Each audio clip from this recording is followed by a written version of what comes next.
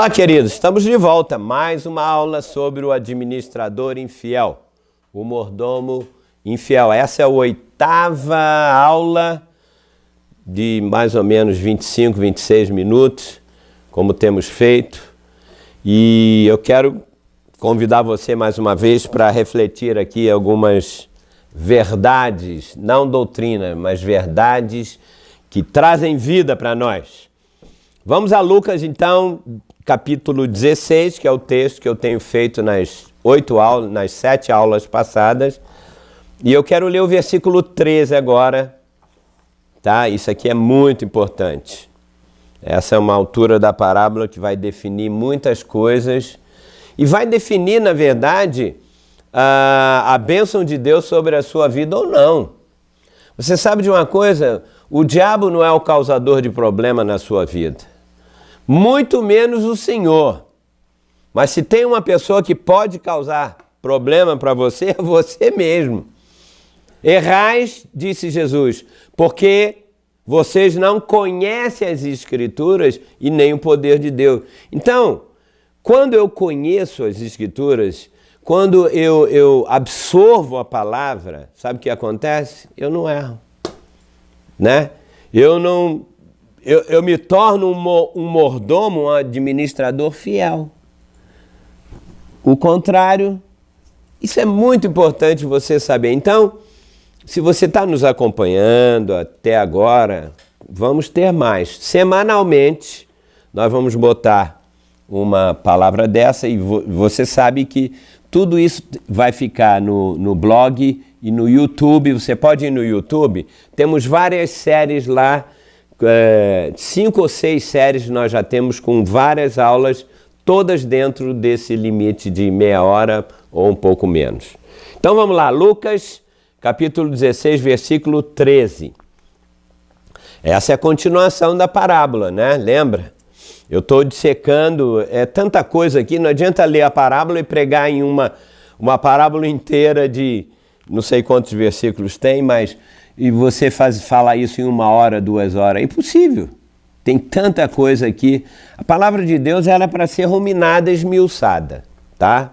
Porque senão a gente vai começar a inventar coisa, a imaginar outras e criar doutrinas e criar pensamentos e ideias que não estão na Bíblia. Para isso temos que dissecar ela todinha. Ninguém pode servir a 2 senhores. Esse ninguém aqui refere-se a quem? Aos servos. Não é qualquer pessoa.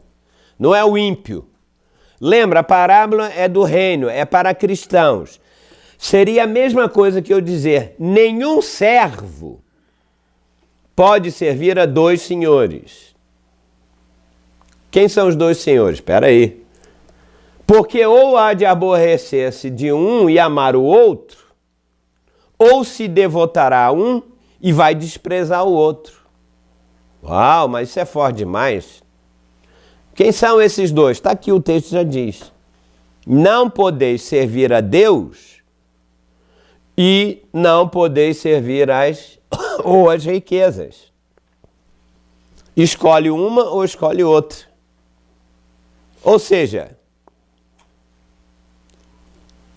eu quero ser positivo e dizer o seguinte: servir a Deus, servir ao Senhor, requer o quê? Que você ame Ele acima de tudo, principalmente acima do dinheiro.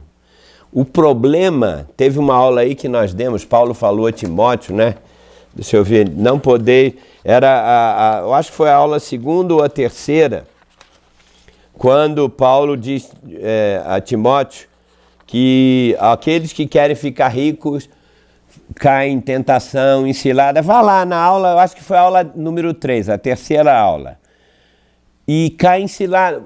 O problema é que nós vivemos numa geração, numa cultura, em que tudo é o dinheiro. O dinheiro traz conforto, riqueza, sucesso. E você diz, não, eu não amo o dinheiro, eu amo Jesus. Ei, aqui diz, ou você ama um e despreza o outro, ou despreza o outro e ama o outro. Isso aqui, olha, não é você usar isso numa frase, mas é o seu estilo de vida mostra se você ama mais a Deus ou o dinheiro. Você quer ver uma coisa? Quanto tempo você gasta na sua vida para você ganhar dinheiro? É o mesmo tempo, é mais tempo ou menos tempo do que você fica com o Senhor. Aonde está o teu coração, aí está o teu tesouro. Então, se você gasta mais tempo, quantos cristãos, servos, salvos, passam tempo com o Senhor? Se você gosta de uma pessoa, você gosta de gastar tempo com ele. Mas se você gosta do que o dinheiro lhe dá, prazer, alegria, shopping, isso aí, eu não estou sendo radical, dizendo que você agora não pode ficar fazendo mais nada. Não, não é isso. Você pode até ir num restaurante, passear e tudo, mas fazer isso, colocar o Senhor junto. Entende como é? Você pode comprar alguma coisa para você, mas compre alguém para os outros. Isso é que é importante. Ter sabedoria na aplicação do dinheiro. Não, agora eu não vou ter mais nada. Tem muitos servos aí que estão pedindo os irmãos para trazer tudo, botar todo o dinheiro, trazer o carro para a igreja. Isso não, isso é um absurdo. Não é assim. Nós temos que dar o que é de Deus, dar para Deus, o que é a César, o que é de César, o que as pessoas precisam. A gente tem que ter, o âmago dessa palavra do mordomo fiel é ter sabedoria na aplicação do dinheiro. Não importa se você ganha muito ou pouco, realmente não importa. Você pode ganhar muito e não saber aplicar o dinheiro, não ser prudente. Você está fora do esquema. Você pode ganhar pouco, ter sabedoria para aplicar de maneira correta e sabe o que vai acontecer? Você será abençoado, você vai receber as heranças superior, eterna, a verdadeira. Gente, eu espero que o Espírito Santo esteja aí pegando você para que você esteja captando estas verdades. Então, servir ao Senhor é importante que você ame Ele mais do que qualquer coisa e se pegar a Ele, porque somente assim, se você amar ao Senhor mais do que tudo, você não vai ficar apegado ao dinheiro. Seja o dinheiro que você tiver, você pode ser um milionário. Mas se você não ama o Senhor, você vai se apegar a 10 centavos. Não, me presta aqui R$2. Não tenho, senão vai faltar. Mas se você ama o Senhor, você dá, você abre mão, você não fica preso. Então, tudo é muito relativo. Vamos ler aqui o versículo 9, né? Isso aqui é importante e olha, para amar o Senhor, você tem que gastar tempo com Ele. Ninguém ama. É muito fácil você chegar assim, ô fulano, você está conhecendo ele hoje. Ah, muito prazer, você é amigo do seu amigo. Ah, sou sim. Ah, você é amigo dele, então eu amo você. Cara, isso é uma frase, é uma expressão. Amar requer tempo, conhecimento, diálogo, convivência. Não adianta você ir numa igreja, eu amo aqui todos os irmãos. Você não conhece ninguém. Isso é uma coisa, é um amor da boca para fora. Para amar, a igreja é um lugar onde tem que existir o amor a Deus para que você possa amar os irmãos, porque a coisa mais difícil é amar pessoas. É muito mais fácil amar o seu carro. O seu carro não te dá trabalho, pelo contrário. Eu amo a minha casa, mas amar as pessoas, eu e você, nós somos complicados, cada um em uma área. Então, amar uma pessoa complicada... Uma pessoa que só reclama, cara, é difícil, né? Você amar uma mulher que fala muito o tempo todo. Veja, eu estou forçando aqui, estou até brincando, mas nós, pessoas, temos limitações, temos falhas de caráter, temos manias, culturas diferentes. Então, a gente é muito seletivo. Por isso que quem ama Jesus... Ele aceita qualquer pessoa, ama até o pecador.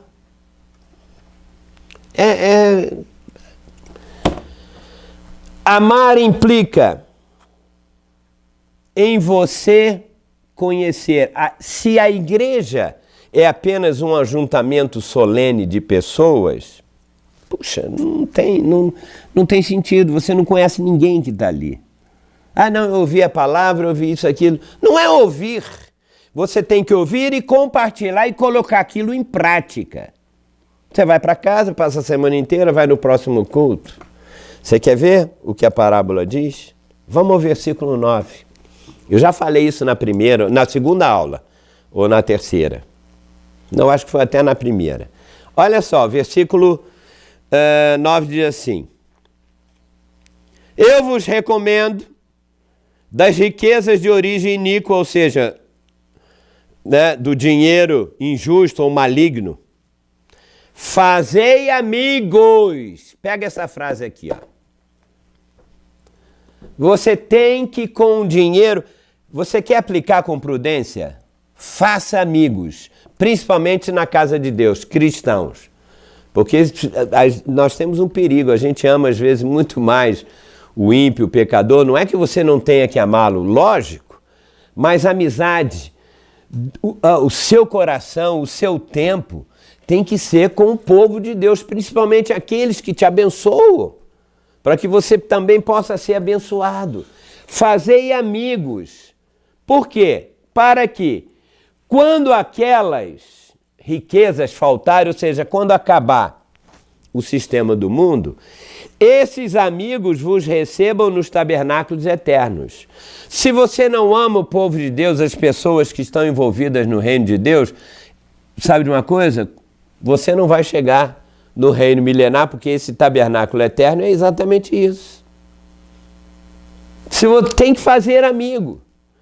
Não adianta, porque é na amizade que você ministra a palavra de Deus muito mais do que... A gente acha que o pastor que está na igreja, isso é uma faca de dois gumes. Em meia hora ou em 40 minutos, hoje em dia não, hoje em dia se prega 15 minutos. Acha que vai resolver o problema de todo mundo. Pelo contrário, às vezes o assunto não está nem dentro da sua necessidade. Então a gente tem que ter amigos no relacionamento. Igreja é isso.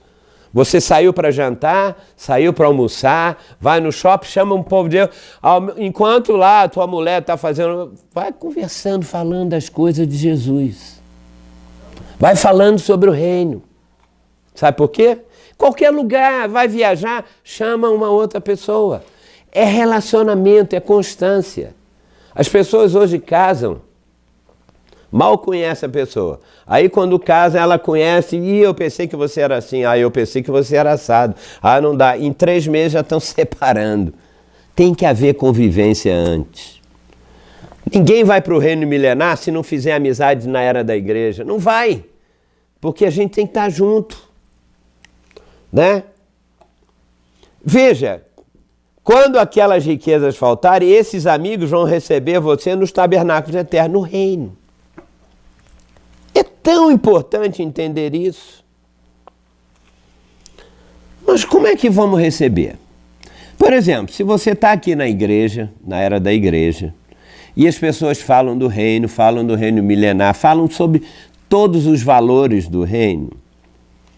Porque eu vou te dizer uma coisa, hoje, na nossa geração, poucas pessoas sabem que vão ter o reino. Todo mundo acha que vai morrer e vai direto para o céu. Muitos vão ter surpresa. Nós temos que hoje crescer na vida de Deus, sabe por quê? Porque se nós não vamos entrar no reino, nós vamos, né, como eu disse, numa próxima série que vamos gravar, você tem que assistir essa série sobre a geena de fogo e o reino milenar. Porque quem não recebeu o galardão de reinar sobre 10, 5, 2, quantas cidades forem, sabe o que vai acontecer? Essa pessoa vai ter que crescer e amadurecer nas trevas exteriores. Essa série é muito séria, é muito importante. Então, procure aí no YouTube que a gente já vai botar ela aí para funcionar. Então, o que isso significa? Por exemplo, você hoje evangeliza alguém e ela começa a entender as coisas de Deus, você fala do reino, e ela diz, eu quero mais sobre essa mensagem, e tal, isso e aquilo. De repente, você até pode nunca mais ver a pessoa, de repente ela disse, puxa, agora eu descobri que eu tenho que amadurecer, eu tenho que amar os irmãos, eu tenho que fazer isso, aquilo. E ela disse, como Paulo disse, eu esmurro o meu corpo, porque eu posso pregar a outros e eu posso ser desqualificado. E no contexto ele fala, olha, não é só pregar, eu tenho que me dominar, eu tenho que amar os irmãos, porque senão eu vou ser desqualificado para o reino. Tá tudo, essas mensagens paralelas corroboram tudo que eu estou falando nessa outra série sobre o reino, o fim dos tempos. Então, se você fala, a pessoa morreu, passou anos, isso, aquilo, no tribunal de Cristo, antes de começar o reino, sabe o que vai acontecer? Aquela pessoa diz, ih, tá lá, olha, o pastor Júnior me falou sobre o reino, eu ouvi aquelas mensagens no YouTube, no blog, olha que maravilha, se não fosse aquela mensagem do reino, eu hoje não estaria aqui. Aí chega a tua hora, ela entra no gozo, entra no reino, vai estar chegando lá para reinar com Jesus. Daqui a pouco, né, chego eu lá e vou para o reino. Aí eu chego lá no reino, olha, o pastor Júlio está aqui, Marcos, que beleza, vocês falaram para mim sobre o reino, vão receber com alegria. Isso é um aspecto. Tem muita coisa ainda para ser revelada. É um exemplo rápido, né? Nós vamos ser recebidos nos tabernáculos eternos, nas habitações eternas, porque tudo começa ali, por aqueles que, como diz aqui o texto, que partilharam, não é isso? Que partilharam o seu dinheiro com prudência. O que eu quero dizer é o seguinte, na prática, você tem que ser dirigido só por Deus na aplicação do seu dinheiro, que é o dinheiro de Deus. Você não pode nem ouvir a você mesmo, por isso que tem que ter comunhão com o Senhor. Para amar o Senhor, você tem que ter comunhão, porque Ele vai te dizer, olha, pega o seu dinheiro e faça isso, dê para alguém, ou faça isso, tal. Você tem que ser guiado pelo Espírito Santo. Se for guiado pela sua vontade, se você é preso ao dinheiro, ninguém vai ser beneficiado por coisa alguma, né?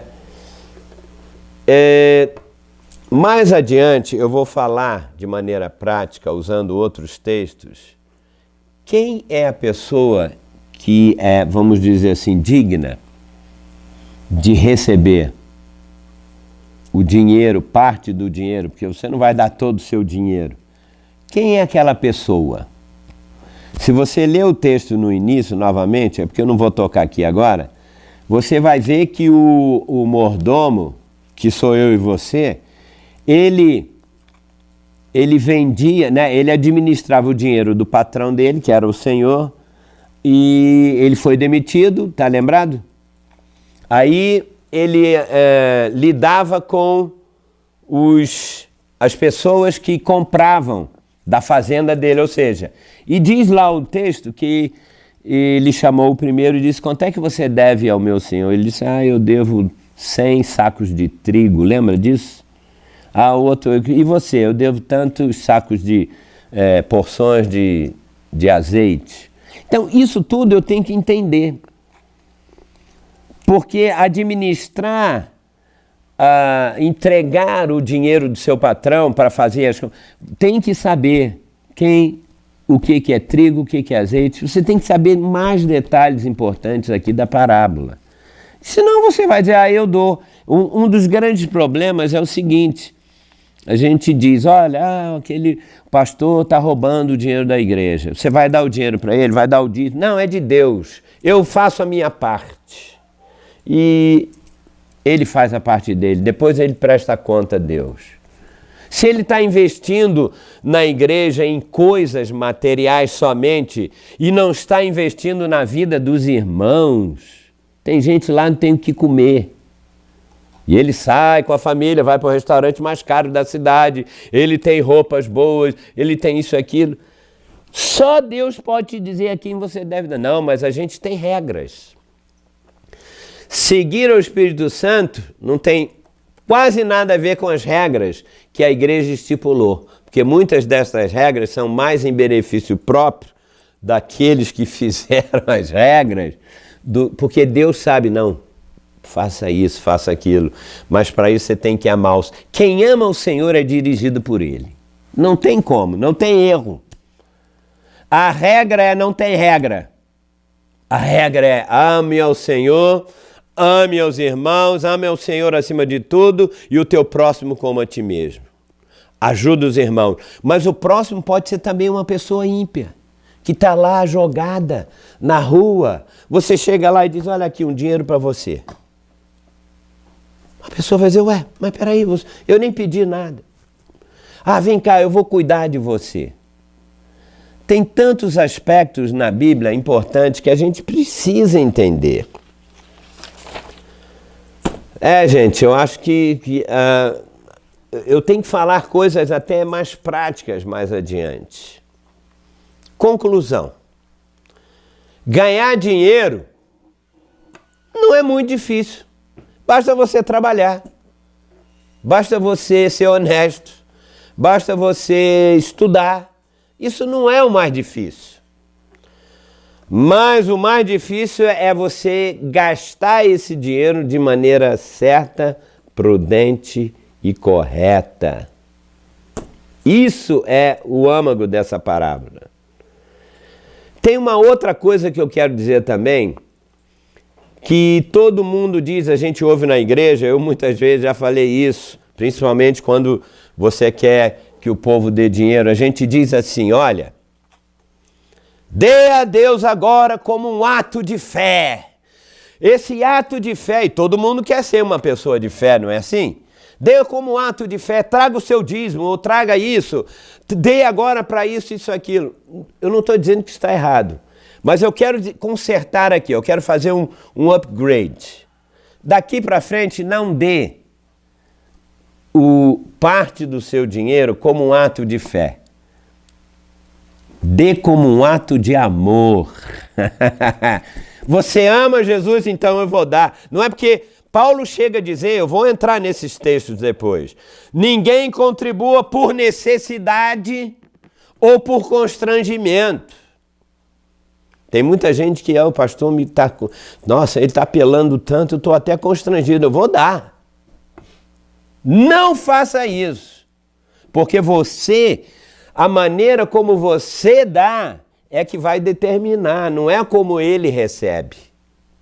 Não, pela fé eu vou dar. Não dê pela fé, dê por amor. Porque tudo que gera na vida da igreja tem que ter o amor de Jesus. Se não tem, vai ter interesse. Vamos, chama esse homem aí, ele é rico, vamos botar ele como diácono. Ei, eu não estou criticando ninguém mais. Se não for por um ato de amor, coitado dos pobrezinhos da igreja. Coitado. Bom, vamos deixar esse assunto para mais adiante, né? E tenha prudência. Peça ao Senhor para você lidar com o seu dinheiro, com o dinheiro que é dele, que ele deu para você administrar, tá? Porque, com certeza, amor ao dinheiro não tem nada a ver. Você me dá 2 minutos, eu vou terminar a palavra aqui, ó. Versículo 14. Porque Jesus estava falando isso. Olha que interessante. Depois que ele contou essa parábola, e mais 2 minutos, só para ler e veja se não é uma verdade. Diz assim, quando ele falou da parábola, ele diz Lucas, os fariseus que eram avarentos, ou seja, que amavam dinheiro, estavam ouvindo todo esse ensinamento de Jesus. Eles estavam ouvindo, o que ele está falando? Mas eles amavam o dinheiro, né? E diz aqui que eles começaram a zombar do Senhor. Ele disse, esse cara não sabe nada. Jesus contou essa parábola de propósito, não somente na frente dos discípulos, porque a maioria das vezes ele chamava os discípulos e falava das palavras. Essa não, essa ele contou bem na frente dos homens lá da lei, né, dos fariseus, da seita, que era uma seita judaica. Ele fez de propósito. E eles ouviram e começaram a zombar aqui, né? Porque eles amavam o dinheiro, mas não amavam ao Senhor. A prova é que eles zombavam. A expressão aqui, eles zombaram ao Senhor, é uma expressão que eles torciam o nariz. Eles ficavam torcendo o nariz, porque dizendo, pô, esses caras não sabem de nada. Eu sei que muitas vezes, muitos servos, quando ouvem falar de dinheiro, principalmente na igreja ou para ajudar alguma coisa, ficam torcendo o nariz e saem logo de lá. Não faça isso, você não é um fariseu, você é aquele que ama o Senhor. Então, prova de que você não é um fariseu é que você ama Jesus. E se você ama Jesus, você não vai torcer o nariz quando se fala de riqueza, de dinheiro e tudo mais. Amém? Na próxima aula agora eu tenho um texto do Velho Testamento, na próxima aula, que vai falar a mesma coisa com outras verdades inclusas. Em nome de Jesus, receba revelação no teu espírito e que o Senhor seja glorificado por tudo. Até a próxima.